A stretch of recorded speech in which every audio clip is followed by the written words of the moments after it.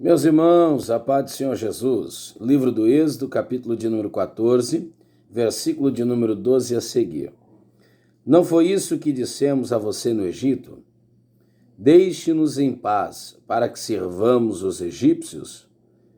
Os filhos de Israel estão dizendo a Moisés que eles queriam estar no Egito em paz. Existe paz no Egito?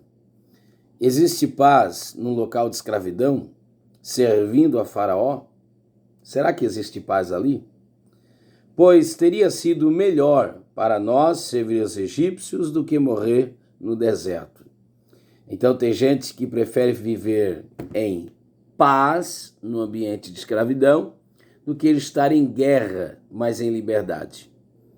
Então esse sempre é o conflito. Você pode estar na zona de conforto em paz, porém debaixo do chicote e da escravidão, ou você pode estar comendo maná, provido por Deus no deserto, vendo o mar se abrir, vendo as maravilhas acontecerem em ambiente de guerra. Então, ou você guerreia pela liberdade ou acomoda-se pela escravidão. Aí você é que opta. Eu já fiz a minha decisão. Espero que você faça a sua também. Verso de número 13. Moisés, porém, respondeu ao povo: não tenha medo. Medo é falta de fé, gente. Tem gente que tem medo de tantas coisas, inclusive medo do medo, medo de sentir medo. Respondeu Moisés ao povo: não tenha medo, fiquem firmes. Então, o medo, gente, é falta de firmeza, gente que oscila. E vejam o livramento. Então, o medo cega. Veja o livramento que o Senhor lhe fará no dia de hoje, porque vocês nunca mais verão esses egípcios que hoje vocês estão vendo. O Senhor lutará por vocês, disse Moisés. Fiquem calmos. Deus comprou essa briga. Fica calmo. Verso 15. O Senhor disse a Moisés: por que vocês estão clamando a mim? Diga aos filhos de Israel que marchem. Ponto. E você, levante seu bordão e estenda a mão sobre o mar. Aí Deus diz a Moisés o que fará e você conhece o texto. Então, eu não posso abrir o mar, mas eu posso clamar a Deus. Eu não posso abrir o mar, mas eu posso estender o bordão. Eu não posso abrir o mar, mas eu posso marchar com ele ainda estando fechado, porque Deus já está o abrindo. Eu não estou vendo, porque o vento é de lá para cá, isso é uma outra conversa, mas ele já está abrindo. Eu quero fundamentar-me nesse texto para tecer um comentário que eu não queria, que eu estou evitando, que é sobre o tal Covid, coronavírus.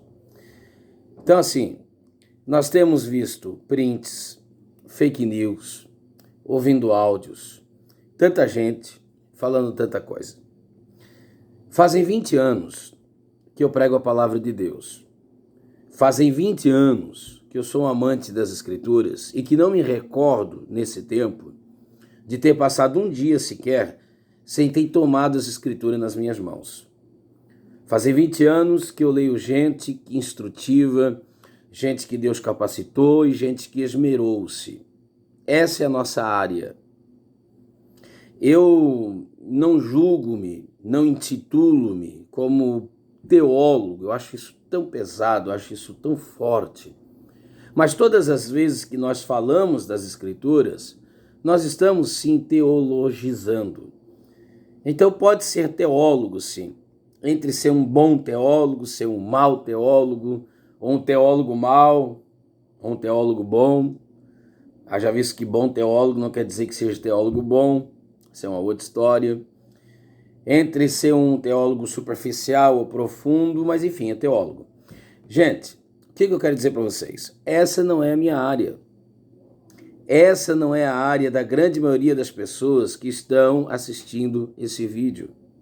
No meu convívio relacional, no meu convívio social, eu tenho pouquíssimas pessoas que conhecem a área medicinal. Eu tenho médicos como amigo. Minha irmã é auxiliar de enfermagem, vive nesse ambiente. E mesmo estes estão tanto quanto, como é que eu posso dizer? Eles mesmos estão não pode usar essa palavra mutação, né? Porque daí remete à ideia do vírus também.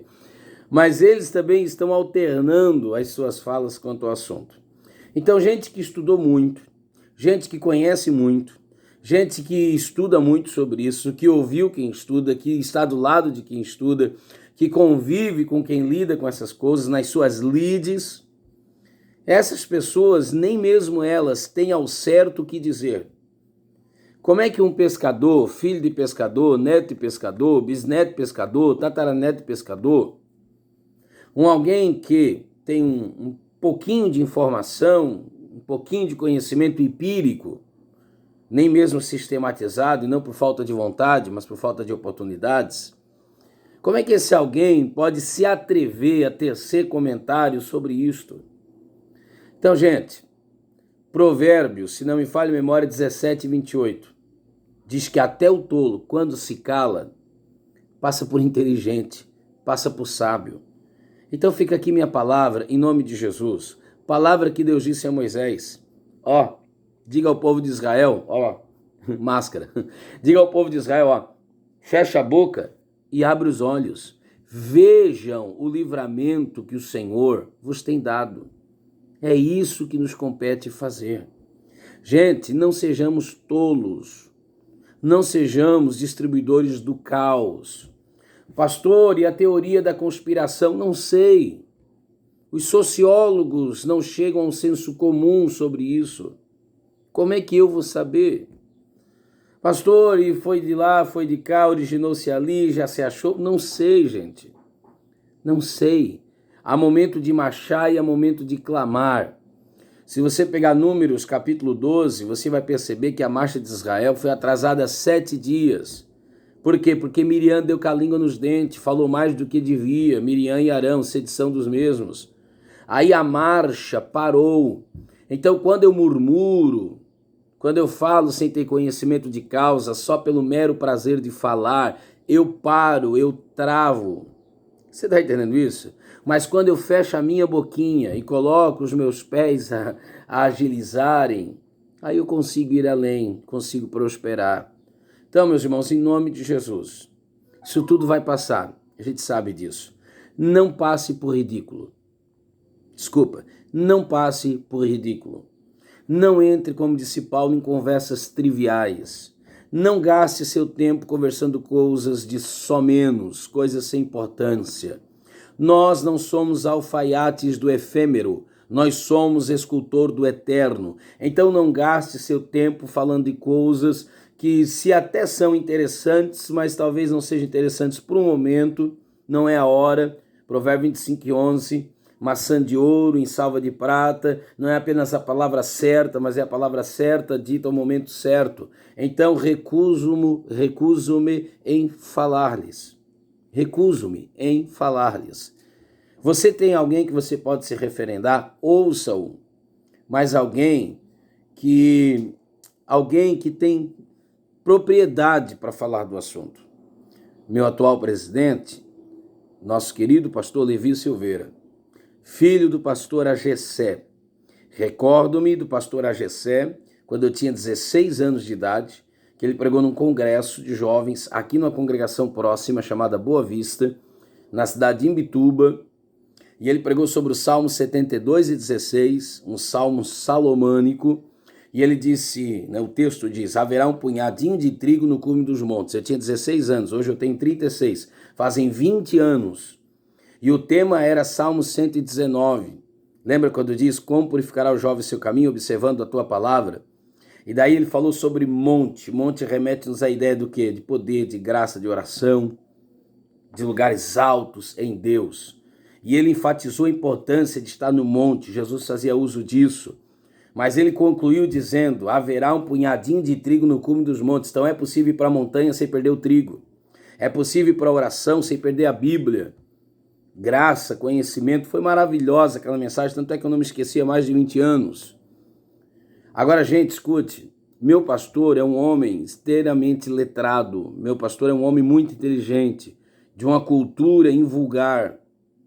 Nem mesmo o meu presidente, o meu pastor, com toda essa cultura que ele tem, se arrisca está se arriscando a tecer alguns comentários. Ele está se atendo não é por omissão, gente. Porque a questão é o seguinte, não basta fazer, precisa fazer o que é certo. E se for para fazer o que é errado, então não faça-se nada. Então, irmão, nós temos 2 ouvidos e uma boca. Fala menos e ouvir mais. Não passamos por ridículos. Esse é o momento de marcharmos, fecharmos a nossa boquinha, abrirmos os nossos olhos, vermos o livramento que o Senhor tem nos feito. Aí entra-se numa inúmera série de discussão. A igreja fechada está certo, ou está errado, e é falta de fé, ou é falta de obediência, e aquela briga toda, e cada um tece um comentário. Gente, momento de oração. Bendito seja Deus, momento de devoção a Deus. São leituras que nós faremos pós-acontecimento. Entendeu? Talvez coisas que nem mesmo naquele momento. João 13:7 disse Jesus: o que eu faço agora, Pedro, você não sabe, mas um dia você saberá. Jó 42, antes te conhecia só de ouvir falar, mas agora meus olhos te veem, eu sei quem tu és. Então, gente, a gente vai fazer sim leituras, vai extrair lições importantíssimas desse tempo, mas hoje não temos em quem nos referendar. É uma crise praticamente sem precedentes na história. Então assemelham-se algumas coisas, mas não é de igual modo. Fala-se que há uma semelhança com a Segunda Guerra Mundial, guardadas as devidas proporções e finalidades. Não sei, gente. Nem mesmo pessoas que entendem do assunto as informações, elas vão se mudando dia após dia. Então o jornalismo, não a mídia comprada, né? Mas o jornalismo aprofundado, o jornalismo com propriedade, com profissionalismo, nem mesmo eles conseguem às vezes se encaixar no que estão dizendo. As informações vão oscilando. Estes que são profissionais do ramo, quanto mais nós outros. Então não é hora de discussão, não é hora de conversas paralelas, não é momento, meu irmão, de genealogias intérminas, como disse Paulo.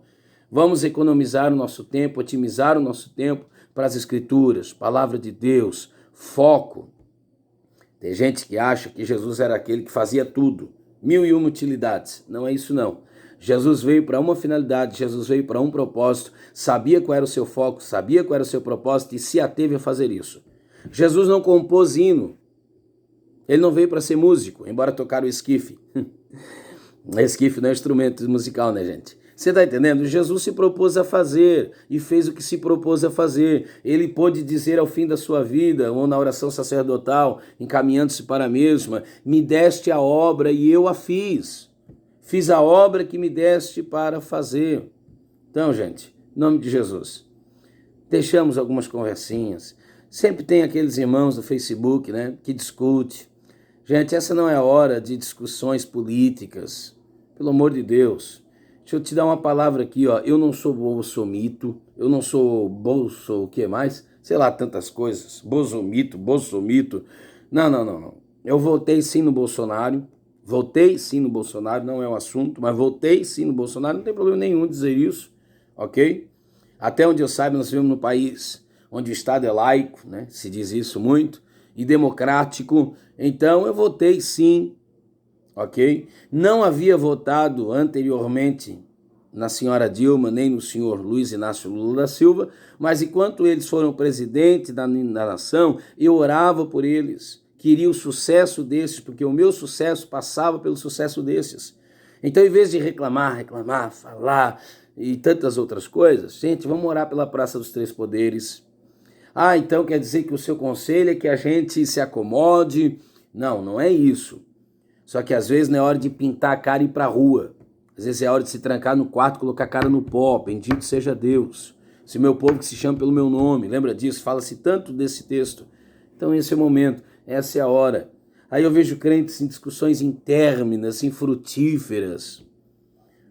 Então, meu amigo, vai um conselho aqui, ainda só para fechar a ideia ali. Mesmo que você não votou no Bolsonaro, mesmo que você seja esquerda, por favor, não seja nada que seja pata, ok? Nem esquerdopata, nem direipata, nem sei lá o quê. Não, gente. Todos os ismos, todos os istas, todos os mitos são perigosos. Toda polarização é perigosa. Não estou aqui fazendo, não é minha área, ok? Discutir política, muito longe disso. O que eu quero dizer para vocês é que, indiferentemente de quem esteja lá, é alvo das minhas orações, ponto. O que está errado nós vamos denunciar de acordo com a palavra de Deus, mas desde que isso traga edificação, não causar mais montim, não causar mais problemáticas. Aí eu vejo crentes numa discussão intermina. Cuidado, irmão, com aquele pecado. Lembra do pecado? Da calúnia? Cuidado. Isso serve para os dois lados. Isso serve para os dois lados. Mesmo que eu não votei, mesmo que não é minha tendência, ou enfim, minha compreensão, mas cuidado com compartilhar algumas coisas que a gente não sabe a fonte, não sabe se é verdadeira. Cuidado, gente. Vamos calmar, vamos orar, vamos buscar a Deus. Este é o caminho. Esta é a hora. Andai por ele. Então, ficais quieto e vede o livramento do Senhor. Não sei quem trama, mas conheço quem destrama. Se foi, não, mas foi um descumprimento bíblico. Os caras estão comendo que a lei de Moisés não dizia, falta de higienização. Não sei, gente, não sei. Não, isso teoria da conspiração, foi de propósito. Não sei. O que eu sei de uma coisa, Jesus já havia advertido isso, então não é surpreendente. Para mim não é novo, porque as escrituras já haviam dito isso. Agora eu sei de uma coisa, existe um Deus soberano, existe um Deus absoluto, existe um Deus eterno, existe um Deus poderoso, e esse é o meu Deus. Deus te abençoe, desculpa a extensão do vídeo. Deus te abençoe. Tamo junto, gente. É o momento de nós nos unirmos em oração, buscarmos ao Senhor e falar menos, ouvir mais e contemplar as maravilhas e as obras dos seus dedos. Salmos 19, melhor dizendo. Deus abençoe todos vocês em Cristo Jesus. Amém.